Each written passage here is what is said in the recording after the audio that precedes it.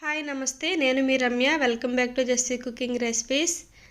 ఈరోజు నేను టేస్టీగా ఈజీగా లస్సీ ఎలా ప్రిపేర్ చేసుకోవాలో చూపిస్తున్నాను. ముందుగా ఒక మిక్సీ జార్ తీసుకొని అందులో 1 కప్పు పెరుగు వేసుకోవాలి. తర్వాత 1/2 కప్పు ఐస్ క్యూబ్స్ వేసుకోవాలి. 1/2 కప్పు కూల్ వాటర్ వేసుకోవాలి. తర్వాత 1/2 టీ స్పూన్ ఇలాచీ వేసుకోవాలి. అలాగే 3 టేబుల్ స్పూన్లు షుగర్ వేసుకోవాలి. వేసుకొని మూత పెట్టి బాగా గ్రైండ్ చేసుకోవాలి. అంతేనండి, రెడీ అయిపోయింది లస్సీ. చాలా ఈజీగా అండ్ టేస్టీగా చాలా బాగుంటుంది. ఇప్పుడు పైనుంచి కోకో పౌడర్ కానీ లేదంటే హార్లిక్స్ కానీ వేసుకోవచ్చు.